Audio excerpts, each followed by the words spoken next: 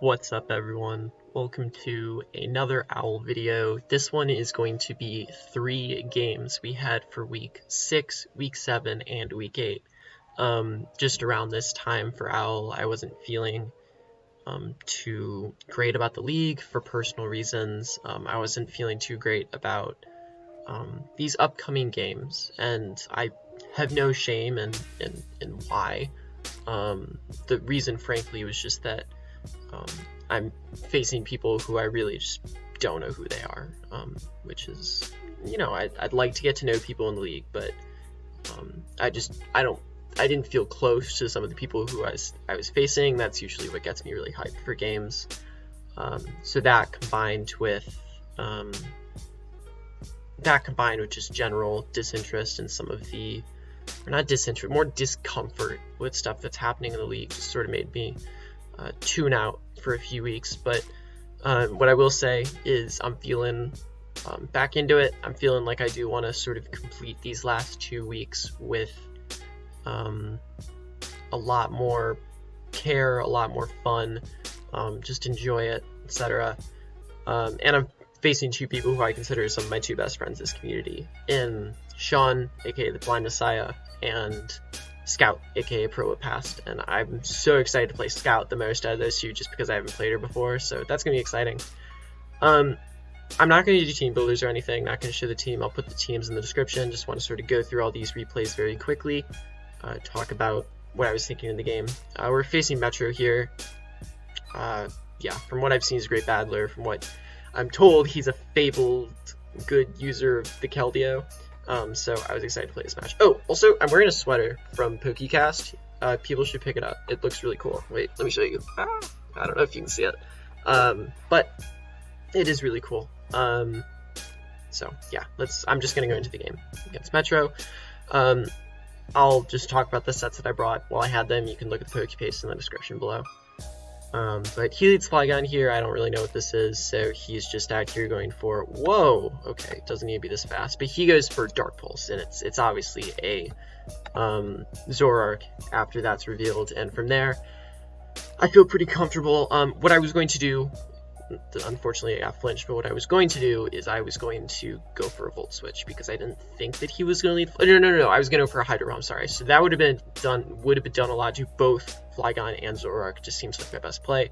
Fortunately, I get flinched, whatever, but that damage does tell me it's specs, which is great stuff to get right off the bat. Now, right away, I know this Tangrowth's a threat, so I'm actually going to go into my trapping Azumarill, which I'm so happy I brought. I told myself I'd bring it once this season, so this is the game where it's happening. And yeah, I'm just going to start Perish Songing, make this Tangrowth die, and he reveals Sludge Bomb, which I didn't expect him to bring. I expected him to bring Giga Drain. There wasn't really much on my team that Sludge Bomb was also for outside, and I just figured he'd run Giga Drain for Azumarill. So it's annoying that he has Sludge Bomb. What it's going to force me to do is it's going to force me to rest on this next turn. Thankfully, I have Recovery, thanks to Matt, who told me to bring Recovery. Unfortunately, I had speed, so I'm not going to be back up at 100 after he Sludge Bombs. It's going to put me at 39, and I'm going to be forced to switch here. So here, I predict him to go for Knockoff, because it seems like his safe plan whatever I go into. So I go into Aerodactyl, because since I hold a Mega Stone, it's the best play. I am correct, he does go for Knockoff, and from there, we have already sort of crippled his Regenerator Core, which is great. He has no shame in just saying he's Scarf Keldeo and going right into Keldeo, and he goes for his Scald, which does a lot more than I thought it would do. I wasn't a Spidefroed him, but after Leftovers, I expected it not to do a KO, so that was a bit of a mistake on my part, but hey, that's okay. I don't think I was calculating, I think I just made a sort of expectation. So he doesn't want to risk the Scald Burn, and I figured that that's what he wanted to do, so it seemed like perfect opportunity to get my rocks up. I would break a Sturdy on a Magnezone and sort of focus Sash, and I also didn't think he expects Toxic, so getting Slow King Toxic so that it's less of a switch into Aerodactyl is really nice. From here, he's going to go for a Shadow Ball. I either predict my Mew or just go for another move that hits Metagross, which is fine for him. I go for U-turn, expecting him to switch, thinking I'm going to set up or something, and he actually just stays in, no shame, and just clicking Shadow Ball again, so forcing me to take some damage in my Azumarill. It was actually something I was very scared of, because I don't know. But hey, there's a Magnezone. The Stealth Rocks confirm it's not a Zoroark, and my Mew is healed from the leftovers. He switches out because he knows he can't hit me with anything, and I go right away for a Will-O-Wisp. I do this because I want to get some chip on the Magnezone in case it's Assault Vest, because I want HP Groundy and Mega to clean. He actually feels Defog here, which shocks me a lot, but hey, it's all good. And I go to Aerodactyl here, and I just expect him to like Dragon Dance or Outrage or something. I don't have Ice Fang, I have Aerial Ace, I believe, and he actually reveals to be Scarf, so Scarf Defog was actually pretty interesting. Aerial Ace kills, which I didn't expect that to happen either, so hey. But once again, not afraid to just be like, hey, I'm Scarf Keldeo, and just shout it out. Fuck it. I mean, he's that good at playing with Keldeo. He doesn't need to fool me with anything. But forcing me to sack another thing, I really didn't think Keldeo would be this big of a problem. But it is. So it's a little bit frustrating, but it's all good. He's gonna Scald my Mew, and I actually go for a U-turn here because I think that he's gonna be afraid of a Psychic. Turns out he isn't, which is a little bit frustrating. But the U-turn damage is still good because it's gonna allow Air Slash to have a higher chance to kill. I go for an Earthquake here. Fist pumping as I think he brings in Magnezone, but then I realize that he has a Zoroark, which is a little bit frustrating. I just have to let it go down, and Metro definitely is the upper hand at this point in the game. I'm sort of at the back foot of the game, and it's a little bit frustrating. But here he goes Slowking, and I'm like, okay, maybe I have a little bit of a shot, if I can get this Magnezone down. But unfortunately, he doesn't go Magnezone, he goes Keldeo again, which forces me to sack my Mew. Every time Keldeo's come in, I've just had to sack something, which is just a error in prep in my part. So, oh well. He goes for Scald, which puts me at a 3-2 position, very not in my favor, and here, this is the biggest play of the game. I have had through my entire mind this time that he has been preserving Magnezone because I think he is Shuka Berry. Either Shuka Berry or Assault Vest. Either which case, it's going to take an HP ground from Yanmega. So I need to predict him to go into Magnezone right now, and either his logic be preserve differential or just make a play. And hit HP ground right here. I have no choice. If I stay in, I die, then that's just my bad. But this thing, I'm so confident that it's Shuka or Assault Vest that I have to go for HP ground. And thankfully, I get a prediction right for once in my life. So, yeah, this is basically just game here because even if he goes and sacks his Zoroark, it puts Air Slash to Keldeo kills if I get a mid or a max roll. Even if I don't kill, Hydro Pump doesn't even kill me because I had a lot of HP investment on this thing.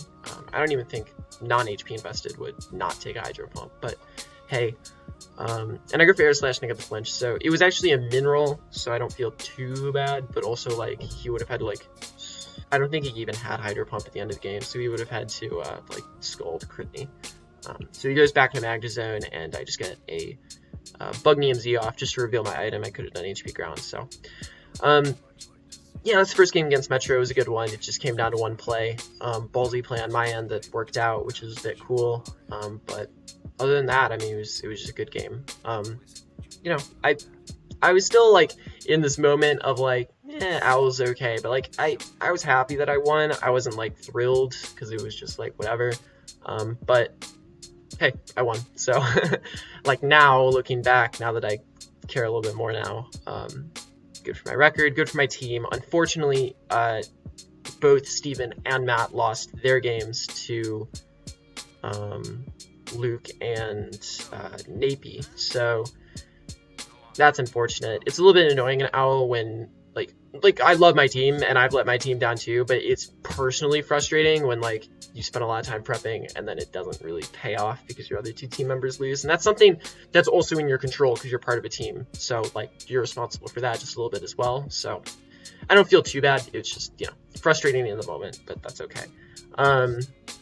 Yeah, great game to Metro, but also great best of 3 to Cloud9, who ended up taking the week. So that's going to be game 1. That was week 6. At this point, we are now 4-2, and we were going up against Cav. And this was the game that I was not looking too forward to. And I have a ton of respect for Cav. He beat Stromful a few weeks earlier. He beat... He's just gone on a crusade. Steven beat him week 2, which was a massive upset. And he hasn't lost a game since. So, yeah, Cav, in my opinion, is one of the best battlers in OWL. I look up to him on a skill level. Definitely, I aspire to be as good as Cav is, but I'm not. But that's okay. We're just out here. But we're going up against Cav. I really spent like 0 time on this team, and that's not out of disrespect to Cav. That's just because of time, 2, the sort of idea that at this point, based on OWL's weird playoff system, we had already made playoffs, or we were basically almost guaranteed playoffs. And then also just personal, not beef with Cav, but beef with some people that he's related to in terms of his sort of circle and Discord, and that's no discredit to him, just how I felt. So I wasn't too thrilled about the game, so I didn't put too much effort into it, but that doesn't delegitimize any aspect of this game. I still could have played a lot better and stuff like that.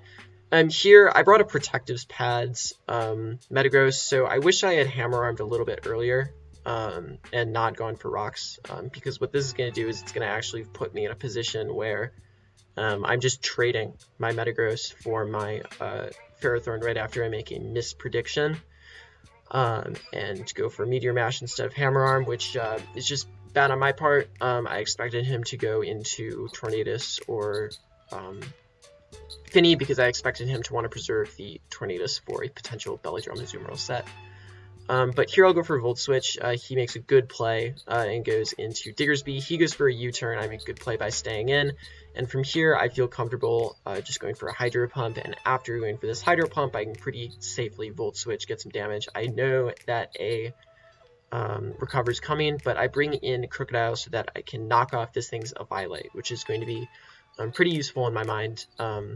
So just go for the knockoff. He goes for Ice Beam and does a lot more than I thought it would do, because I was actually pretty specially bulky, so I was kind of shocked. But I go for a Bulk Up here. I brought Bulk Up because I thought it sort of beat his team. Definitely was not in the right state of mind for this game, because I think that this set in the end game definitely had a really good shot to sweep. And here I make another huge misprediction and lose some momentum by going for knockoff instead of Earthquake, thinking once again that he'll switch into something like Tornadus, and in hindsight, like, very dumb thought of me. So it's 4-4, but he's definitely at the forefront of the game just because of some mispredictions and some sort of premature sacks on my part. So here's sort of my last opportunity, is to go for a Fire Blast and just try and clean up with Salazzle. He mispredicts and goes for Sludge Wave. I make good predict by staying in, expecting him to expect Rotom coming in. I go for a Fire Blast and crit. I don't care too much because I missed the earlier Fire Blast, so whatever. Now here's a little bit unfortunate. It's basically just where the game ends. Is essentially I thought I put Will-O-Wisp on my team builder. I can't say I didn't, but turns out I put Toxic instead. They're just right above each other, so that's my bad. I think I could have had a shot if I burned this thing, but now he's just going to clean up with Head Smash. And actually, if I had burned this thing, I actually think that Rotom killed with Hydro Pump. If he missed any of these Head Smashes, I also think I was in a decent position because Azumarill cleaned up the rest of his team. He did say Aqua Jet. He didn't have Quick Attack on Diggersby, which meant Aqua Jet cleaned it. I would have hit Aqua Jet no matter what there. And then against Finny, I was pretty specially bulky despite him being spec, so I think I took any one hit. Went for Play Rough. That didn't kill, but after Aqua Jet damaged it, it did. So if he had either missed or if I had burned and he had not gotten like a max roll on Rotom, I think I had a chance. That's no disrespect to Cav as a player. He's obviously a better player than me. He put probably significantly much more prep in this game than I did, so he definitely deserves the win there. And at this point, we're 4-3. I mean, like, the rest of this game the rest of the week against Team Skull was actually the TVC's worst game yet, or the worst series of games yet. We actually went 0-3 for the first time in the season, which was a little bit tragic. We didn't really talk about it because, you know, we were upset, but it's fine. But what's frustrating is now we're 3-3. The Bellowing Children are at this point, or no, we're 3-4. We're 3-4 at this point. The Bellowing Children. I personally am 4-3. Steven's 4-3. Matt is 2-5, which is a little bit unfortunate, but it's all good. He's our captain. So I respect him, Captain Matt. But it's fine. We're all responsible in some form of capacity. All three of us have been the one game that, you know, just missed us winning. So it's all good. No beef with anyone in the group there. Totally fine. We all hold each other accountable. But 3-4 is a little bit unfortunate. So it's definitely the time to start picking it up again. We want to finish 6-4. That is a ideal situation. We face at this point we face I'm trying to remember. We face Drei Attack, the Forecast, and NWL. NWL we beat week 1. The Forecast we lost to week 4, and then Drei Attack are just like a really good team that we haven't faced yet. So hopefully we can get 3 wins there and go 6-4. That's ideal. But good game to Cav. Great player. Massive respect for the guy. Some controversy ensued after the game. I don't mean that to be ill will. We've talked to each other personally, resolved it out. But it's all good. Definitely all good. Definitely have. I'm looking forward to playing Cav again because, despite some disagreements we've had personally, I do think he's someone who is a very respectable battler and respectable person for how we both handled the aftermath of the game. I think he's definitely been super respectful, and I've tried to be mutually respectful as well. So yeah, I don't know. But the aftermath of the game was fine. We sort of made up, which was nice. If you don't know like the beef or anything, it doesn't matter, but it's fine. I'm gonna stop ranting about this too long. It doesn't really matter. It's unnecessary. It doesn't matter about the actual game, so whatever. I shouldn't have talked about this too long, but I'm not starting over this recording, so choices. I had to make them, and now I have to live with them. Okay, so this is against Rockyrolo. I actually just had this game 20 minutes ago, I want to say, and I was a little bit frustrated after the last week's loss, but I was like, look, I need to rebuild a team. I need to sort of take my team from a different angle. I need to start looking at some mods that I haven't used in a while, which is why you see a Pangoro and a Drampa on your screen. I need to sort of start utilizing my entire team to its full capacity. I need to stop thinking of me. It was just either defensive or setup. So I actually brought every single set here with the exception of Rotom, which basically runs the same set every time, and Crocodile, which is a Intimidate, Stealth Rock, Dual Stab set, is a new set that I've never brought before. So the Metagross is Agility, Weakness, Policy. The Drampa's Calm Mind, which I thought was really good against their team. The Mew is a Stallbreaker Mew with Super Fang and Taunt, which I thought was super cool. Shout out to Stromful for suggesting that to me. And then the Pangoro is an Assault Vest, defensive Pangoro, which I think utilizing Pangoro for its natural bulk was going to be really nice. So this is certainly a long game, so definitely gonna try and make it go a little bit quicker, but it's a little bit on the annoying side. This Moonblast reveals it to not be an invested item, which makes me assume Scarf right away, but I don't want to like make that immediate assumption. Here I go for a Taunt. Sort of just, I figure this is some sort of Wish Kangaskhan set or something. I don't know. It's some sort of like bulky Stally set because that's Rocky's sort of playstyle, so that's why I brought the Stallbreaker Mew. He actually goes for Whirlpool here, and that's really, really cool. Unfortunately, because he has leftovers, I don't actually ever kill this thing even with Super Fang. So even though I go for Taunt again here, it doesn't matter too much because, as you will see here, the Celesteal reveals to be modest specs, which is insane. But I'm a big fan of it. I thought it was some heat, and It's super cool. It's cool to see fun sets being brought now. I think people take it way too seriously competitively, and this game is pretty refreshing. So he's going to go for a Steam Eruption here, which is going to reveal to me that he is not an offensive set, which is a little bit interesting and definitely had to make me keep an eye out. So he goes back into his Kangaskhan. Now here, I go for Taunt because I don't want him to Wish up or anything, so he's just going to keep going for Whirlpool and such, and I am just going to Super Fang to get him down even a little bit further. He's going to Seismic Toss, and I'm going to be at about 48%. I was going to say 50%, and then after Whirlpool I'm even lower. I go for a Roost here, so he goes for a Seismic Toss, and I start to realize that this Kangaskhan is actually going to whittle me down, and I have actually no way to kill it because he takes Leftovers before he takes Burn, which means Super Fang will never kill it. So I actually go for Roost again as he goes for Seismic Toss. And here I think to myself, I'll just Roost again. I'll just wait till Whirlpool ends. He keeps going for Seismic Toss. This is not my type of game, by the way. I never play Stall, so I was trembling this whole time. I was like, God damn, I don't know how to do this. So I go for Roost again. I think he catches my drift, and he actually reveals Rest, which I did not expect whatsoever. But it's going to make sense in a second, and I commend him insanely for this set. He's asleep this turn, and I'm like, all right, he's going to need to sleep one more turn, which is going to make me really comfortable to go into Pangoro and get a free hit off. And then he wakes up, and I'm like, what?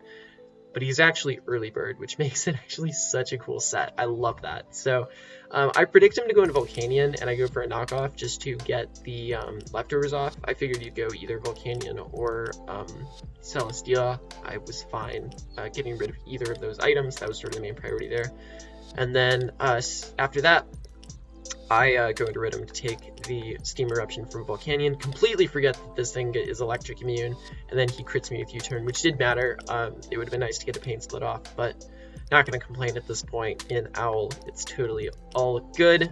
This match is supposed to be fun, not going to complain about everything. Everything's cool. So that's sort of the new me. I'm going to stop complaining. I'm going to look on the bright side of things. It's going to be pretty optimistic. So that's the vibe we're chilling with here. So I'm going to go into my Assault Vest Pangoro, assuming this to be like Draco Meteor, and then he goes for a Wish. And I'm like, what the fuck is, like, okay, this man's using like Stallmons, like Celesteela to run fucking Choice Specs and running like offensive bonds, in my mind, like Latias to run fucking Wish. So I don't know what the hell is going on, but it's definitely a cool playstyle. And here I just go for a Hyper Voice once Drampa is in, and I start to think to myself, god damn, this thing really can't touch me, can it? Like, it can go for Seismic Toss, but I have Roost, and every time you Seismic Toss, I'm going to get the Berserk boost. Berserk? I was going to say Buzzerk, but it's actually spelled B-E-R-Z, so it's Berserk.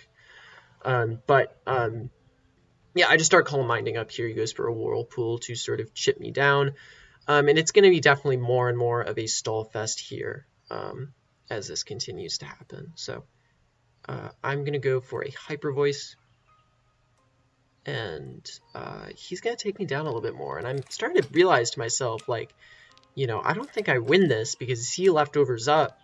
You know, Hyper Voice eventually isn't going to do enough. And then I see him go for Seismic Toss here, get the Berserk boost, and I think to myself, wait a minute, I can just go all the way back to full. Obviously, I have to watch my Roost, but I can just go all the way back up to full, one-shot him at, like, +4, +5, +6, once I feel like I'm at a comfortable amount. But I do realize to myself that I do need to get a second Calm Mind up, which I believe I do in the next few turns. And I do this because a combination of Moonblast and Draco Meteor knocks me out from Gardevoir and Latias, respectively. So I get that last Calm Mind up, as you see there, just to make sure that I am not two-shotted by that combination of moves. Thankfully, I get it up. It just means I have to stall for a little bit longer, which, you know, is what it is. I think this is literally 40 turns, the longest fucking match I've ever had, so that says something about my playstyle. But here, Seismic Toss, I will go for a Hyper Voice here, and Herbert the Drampa, putting in work. He goes for Moonblast here. My heart is like, oh my god, Herbert, my man. My old, like, grandpa-ass looking dragon. Please, do not get crit. Do not get crit. Because, like, look at the score. Like, if Herbert goes down, like, I'm down 4-5. Like, shit. Like, I gotta, like, fucking Herbert do this for me. Thankfully, he does not get crit, and he also does not get flinched by this Togedemaru, which does a lot of damage, a lot more than I expected to. If Rocky actually brought Iron ahead and got 1 flinch, he would have been in a pretty effective spot in my mind. So definitely cool, but I did pack Flamethrower for his 2 steel types. I was considering going Grass Knot or like Energy Ball or something instead because he had a Rhyperior, but I was like, he has a fucking Celesteela. I'm not gonna screw around with that. So Flamethrower seems like the best option for me to hit everything, even if Rhyperior wasn't gonna get hit all too much. And then here all he has left is Volcanion. So that's a really good game to Rocky. Really appreciate the game. I think of all the 3 people I played this week, he was certainly the one who